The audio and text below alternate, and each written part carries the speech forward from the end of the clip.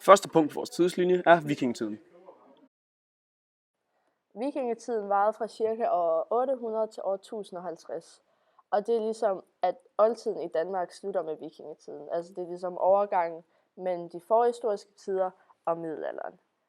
Og det vikingerne er mest kendt for, det er, at de tog på mange plyndringstogter og voldtog en masse kvinder. Men de kunne også meget andet. De var mega gode krigere og fantastiske håndværkere. De lavede de flotteste skibe, som også var mega effektive, og de var kendt for at være mega gode sørøvere. Og selve ordet viking, det betyder også sørøver eller søpirat. Og mens vi plyndrede, så bosatte vi også mange nye steder. For eksempel hørte Norge og nogle dele af England under det danske kongerige. I vikingetiden blev den gamle asetro, altså Thor og Odin og alt det der, også afløst af kristendom, og der blev bygget en masse kirker. Næste punkt på tidslinjen er så folkeviser. Begrebet folkeviser stammer fra det tyske ord Volkslied, der blev brugt første gang i 1773. Selve genren er dog langt ældre, da folkeviserne regnes for at være de ældste fiktionstekster, der findes bevaret på dansk. Oprindeligt blev disse fortællende viser kaldt ballader. Folkeviser er anonymt mundtligt overleverede episke tekster, hvoraf de ældste stammer fra middelalderen og omhandler middelalderlige problemstillinger som kærlighedsintriger eller slægtsfejder. Folkeviserne var den litteratur i middelalderen, som blev den mest dominerende og poetiske. Betegnelsen er langt fra dækkende i det, der bestemt ikke er noget forskelligt over de middelalderlige ballader, som man i dag kalder for folkeviser. Folkeviserne er nemlig opstået i de adelige kredse, og de afspejler derfor især adelens leveforhold og normer. Viserne blev nemlig sunget ved adelens fester af omvandrende professionelle visesangere, mens tilhørende sang med på omkvædet samtidig med, at de dansede forskellige kædedans. Mange af folkeviserne udtrykker en temmelig åbenlys moralsk holdning, som ofte kommer til udtryk på den måde, at visen demonstrerer, hvor langt det kan gå, eller hvor galt det kan gå, hvis man ikke handler i overensstemmelse med tidens moralnormer. Der findes 5 forskellige slags folkevisetyper. Historiske viser, som handler om historiske personer og begivenheder, trylleviser, som handler om overnaturlige kræfter, ridderviser, som handler om det adelige miljø, kæmpeviser, som omhandler oldtidens sagn og myter, og skræmleviser, som er sådan lidt perverse, sjove, humoristiske viser. Næste punkt er på rocken. I Danmark blev enevælden indført i 1660, og den nye styreform blev bekræftet med en kongelov i 1665, der stadfæster, at kongen har enevældig magt, og tronen nu er arvelig. De enevældige herskere iscenesætter deres magt ved pragtbyggerier og hofarrangementer, som viser deres rigdom. En vigtig enevoldskonge i Danmark er Christian V, som blev kronet i Frederiksborg Slotskirke i 1671 ved et pragtarrangement, der understreger hans magt og styrke. Nogenlunde samtidig med enevældens indførsel kommer barokken som stilart i arkitektur, billedkunst og litteratur til Danmark. Barokken er en overdådig svulmen stil, og derfor er det også oplagt for herskerne at bruge deres selviscenesættelse. Derudover er tro, magt og kærlighed centrale temaer i periodens litteratur, og som et logisk konsekvens heraf er de mest udbredte genrer salmer, hyldestdigte og hyrdedigte. Fordi Danmark har været præget af krige, vil kunstnerne også fremstille storladende og sanselige udtrykke. Digtningen havde 2 centrale punkter, kirken og enevælden. Forfatteren skrev om situationen og ikke for at skabe individualitet. Periodens filosofi og videnskab er på en gang præget af tradition og fornyelse.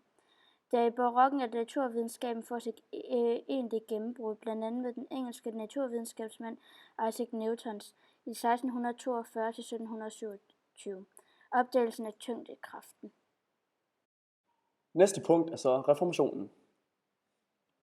Reformationen i Danmark er betegnelsen for den omvæltning af kirken, der skete i 1536, da man overgik fra katolismen til protestantismen i den danske kirke. Reformationen i Europa skete dog ikke fra den ene dag til den anden, da selve overgangen skete over flere årtier via strømningerne fra det tysk-romerske rige, hvor Martin Luther for alvor startede det hele i 1517. I Danmark krævede reformationen også en årlang borgerkrig, før den nye sejrende konge kunne overtage magten og endelig gennemføre overgangen. Det, der også førte til reformationen, var, da Martin Luther King ville have en skrifttog kristendom og søgte tilbage til kilden ved at oversætte Bibelen til tysk, så almindelige mennesker kunne forstå den. Den katolske latinske litteratur blev derfor efterhånden afløst af en litteratur, der er skrevet på nationalsprogene, og det enkelte menneske behøver ikke længere kirken som mellemled til Gud. Tidens salmedækning viser reformationens forståelse af Gud, Bibelen og muligheden for frelse. Inspireret af Martin Luthers salmer skriver og gendigter den danske præst og digter Hans Christensen Sten en række enkle og let tilgængelige salmer på dansk, som Den mørke nat forgangen er, der viser den troendes hverdag og personlige Guds forhold. I 1569 udkommer Hans Thomesens Den danske salmebog, der også er den første danske salmebog. Næste punkt er fagbevægelsen. Da de første arbejdsorganisationer i Danmark blev dannet i slutningen af 1840'erne, var samfundet på vej gennem en voldsom forandring. Man befandt sig i en overgang fra en feudal til en kapitalistisk produktionsmåde. Endnu levede og arbejdede ca. 3/4 af befolkningen på landet i et stærkt klassedelt landbrugssamfund. Danmark var i 1800-tallet spækket med store og små bondegårde. Det var også i 1800-tallet en anden dels bevægelse opstod. Den sikrede de små bønder en stor konkurrenceevne på verdensmarkedet og var dermed med til at bevare selvvejet for også de små og mellemstore landbrug. Husmands- og landarbejdersklassen blev den største klasse i landet, og samtidig var det en klasse, hvor alle medlemmer af familien, mand, kone og børn, var tvunget til at arbejde. For kvindernes vedkommende var det oftest det daglige husarbejde, men de havde også et lønarbejde uden for hjemmet. I Danmark oplevede vi det bemærkelsesværdige, og den første og største klasse af lønarbejdere, den opstod på landet. Men det var også i byerne, den første arbejdsbevægelse blev skabt. Det moderne gennembrud er så det næste på vores tidslinje. I 1871 holdt den danske litteraturkritiker Georg Brandes en række berømte forelæsninger på Københavns Universitet. Det blev startskuddet til det moderne gennembrud. Med sine forelæsninger introducerede Brandes de nye moderne strømninger i europæisk litteratur og gjorde det op med romantikkens præg og indflydelse på det danske litteratur. Martin Andersen Nexø og andre forfattere begyndte at skrive om tyndens forhold. Det var en tid med nye demokratier, med nye storbyer, med jernbaner og dampmaskiner. Det var en tid, hvor man råbte om frihed. Man diskuterede både arbejderne, kvinderne og det enkelte menneske frihed og rettigheder. Naturalismen. Der var fokus på, at mennesket var naturligt skabt af arv og miljø, og det vil sige, at det ikke længere var Gud, man troede på at have skabt mennesket og styret mennesket. Og det var med inspiration fra Charles Darwins evolutionsteorier. I litteraturen under naturalismen blev mennesket og naturen sådan sat over for hinanden og sammenlignet, og det gjorde, at teksterne var realistiske og naturvidenskabelige. Næste punkt er så Danmarks neutralitetspolitik under 1. verdenskrig. Den blodige 1. verdenskrig rasede i 4 år, og de krigsførende magter så ikke med venlige øjne på et land som Danmark, der holdt sig ude af krigen og til med berigede sig selv. På den ene side i krigen stod Frankrig, Storbritannien og Rusland, og på den anden side centralmagterne Tyskland og Østrig-Ungarn. Begge parter havde mange allierede og forsøgte at få endnu flere. Der var et konstant pres mod de neutrale lande, og stadig en frygt for, at Tyskland ville besætte Danmark. Danmark valgte af flere årsager at være neutral. Den 5. august henvendte tyskerne sig til den danske regering med et henblik på at lægge miner i de danske farvande. De radikale og Socialdemokratiet var med på ideen, mens Venstre og Konservativt Folkeparti var mere bekymrede, da de var bange for, at England ville se det, som om at danskerne holdt det med Tyskland. Denne dog med, at Danmark sagde ja til forslaget, og England forstod og accepterede Danmarks valg, da de alligevel ikke havde i sinde at trænge ind i Østersøen. Overordnet lykkedes det altså for Danmark at være neutrale igennem hele krigen. Danmark var dog tæt på at miste sin neutralitet under 1. verdenskrig, hvor regeringen måtte balancere på en knivsæk mellem Tyskland og England. Men taktiske udenrigspolitiske valg sikrede, at vi ikke endte i krig. Næste punkt er mellemkrigstiden. Mellemkrigstiden blev en fase i den vestlige verdens historie, der kom til at stå for et værdisammenbrud side om side med en kulturel opblomstring, der begge fik stor betydning for eftertidernes vestlige samfund og kultur. 1920'erne var præget af optimisme og håb om bedre tider og bød på en rivende udvikling inden for jazzmusik, spillefilm, provokerende avantgarde-kunst, himmelstræbende arkitektur og store romaner. I 1920'erne blev der i USA og Europa skrevet en række store moderne romaner, der har fået enorm indflydelse på senere litteratur. Det er romaner, der nok kan indeholde kritiske samtidssignalementer, men som ikke er hensigt til at ryste verden til ukendelighed. Fra USA bølgede jazzen, massekulturen og Fords firkantede A-modeller ind over det europæiske kontinent i 1920'erne. I Danmark er det i 1920'erne værd at fremhæve ekspressionistiske og eksperimenterende lyriske forfatterskaber som Tom Kristensens og Brobe Johansens. Med kravet på børsen i New York i 1920 ændrede dette sig brat, og hele verden blev ramt af en økonomisk krise. 1930'erne blev derfor kendetegnet ved depression og arbejdsløshed, og 1930'erne blev faktisk også døbt som depressionernes årti. Værdisammenbruddet affødte en kulturel opblomstring, og mellemkrigsårene blev ismernes storhedstid. Avantgardistiske kunststrømninger som futurismen, kubismen, ekspressionismen og surrealismen gjorde under fællesbetegnelsen modernismen op med den traditionelle finkultur og forestillingen om, hvad kunst var. Der opstod et helt nyt menneskesyn med fokus på individets betydning uanset social rangstige. Sideløbende med de kunstneriske ismer blev politiske ideologier dyrket, og mange steder ud i ekstremerne nazismen, fascismen og kommunismen som resultater. Næste punkt er så Muhammedkrisen. Satiriske tegninger, demonstrationer, dødsfald, sure muslimer og iskolde danskere kunne være overskrifter til Muhammedkrisen. Men lad os lige tage det fra begyndelsen af. De satiriske tegninger blev bragt i Dagbladet Jyllandsposten den 30. september 2005 af den danske karikaturtegner Kurt Vestergaard.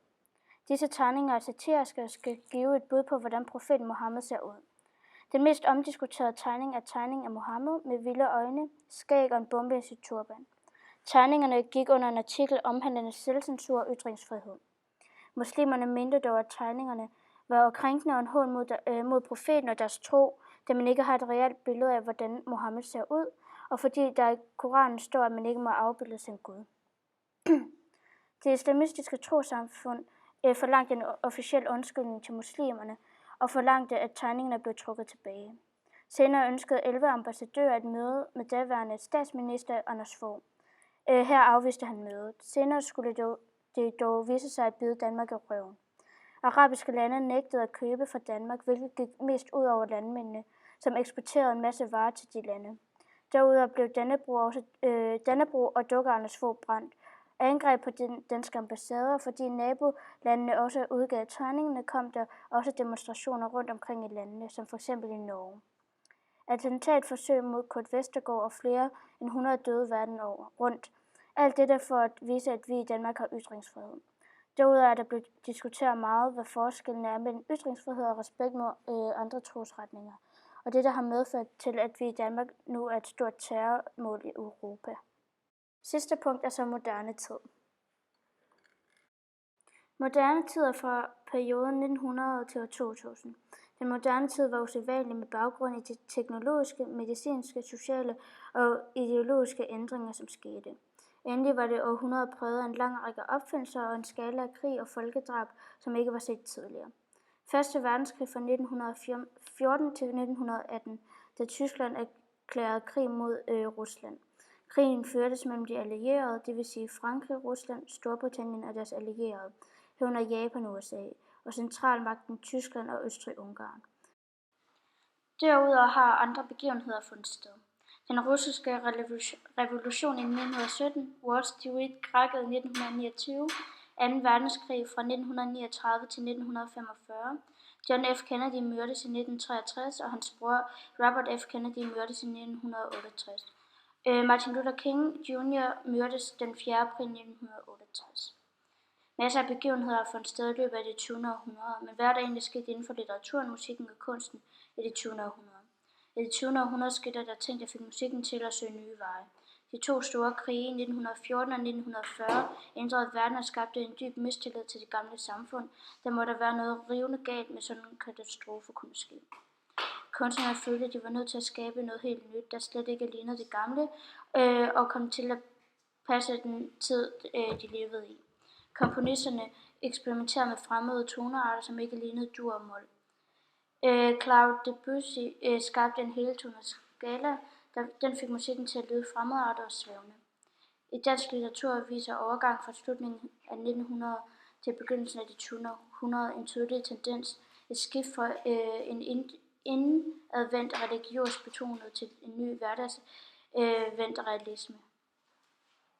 det 20. århundrede blev indledt med en række reaktioner mod naturalistiske bevægelser, der i højere grad havde national karakter. Naturalismen blev videreført af blandt andet Martin Andersen Nexø, der med Pelle Erobreren 1906-1910 brød nye grænser ved at præsentere arbejdsklassen. Karen Blixen var en følsom forfatter, der både skrev på dansk og engelsk, og så ofte benyttede en eventyrlig stil.